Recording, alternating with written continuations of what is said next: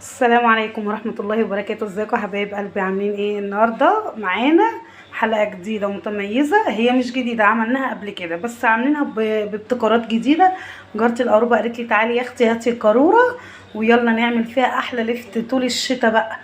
الشتاء وموسم الشتاء وجمال الشتاء بقى والمخللات، اوعى بقى، شايفين الجمال والحلاوة دي؟ ويلا بينا نشوف القمر ده اتعمل ازاي وسر القرمشه. وطبعا ايه سر القاروره؟ ان هي مش كل شويه بتفتح عليها، انت بتقلبيها وهي مقفوله كده. ما شاء الله، بصوا شايفين اللي تحت محمر وكله زي بعضه. ده كده طبعا كان استوى، وطبعا طلعنا منه وكلناه ومقرمش وجميل. يلا بينا يا حبايبي نشوف الطريقه اتعملت ازاي.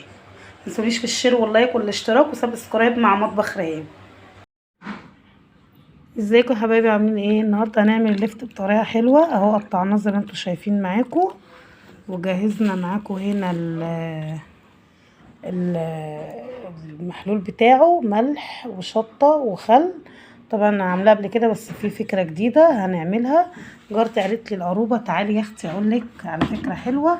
هاتي القاروره وقطعي اللفت فيها وارميه ونسيه فيها.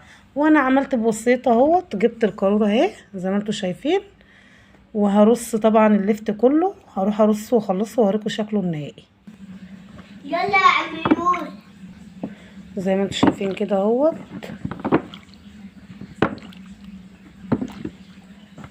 احط اللفت كله في قلب القاروره زي ما انتم شايفين يا حبايبي كده. البنجر برضو يبقى بين كل طبقه وطبقه علشان خاطر يحمر.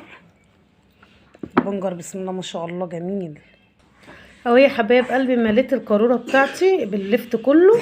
هننزل بقى بالمحلول اللي احنا عملناه اهو يا حبايبي. بسم الله الرحمن الرحيم. نزلنا بالمحلول اهو بتاعنا على اللفت. هنملى القاروره كلها كده. شايفين يا حبايبي بسم الله ما شاء الله اللفت البنجر خرط ازاي. كتروا بنجر، حطوا واحده ربع كيلو كده على الكميه دي.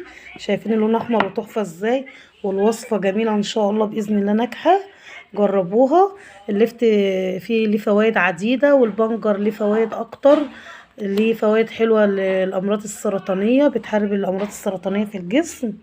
شايفين المنظر شكله جميل ازاي اهو يا حبايب قلبي. خلصناه وقفلنا اهو عليه القاروره. ويوم ويوم وتقلبيه كده، تقلبيه كده بايديكي. مش هتفتحي عليه طبعا الغطا، انت هترجي الازازه بس علشان ايه يجيب من فوق لتحت كله. ميزته غير البطرمانات او الجرادل اللي انت مش هتعري عليه، وان انت ما تقعديش كل شويه تفتحي وتقلبي وواحده تطلع سمرة وواحده تطلع حمرا وانت وبختك ورزقك فيه. 3 4 ايام بالكتير ان شاء الله نفتح عليه وناكل منه باذن الله، واوريكم شكله بعد ما تخلل. ويا ريت لو الفكره بتاعت جارتي، هي بصراحه يعني فكره حلوه، عجبتكم ما تنسوناش في الشير واللايك والدعوه الحلوه في الكومنتات. والسلام عليكم ورحمه الله وبركاته. استودعكم الله الذي لا تضيع ودائعه. مع الف سلامه. اشوفكم في فيديو جديد يا حبايب قلبي.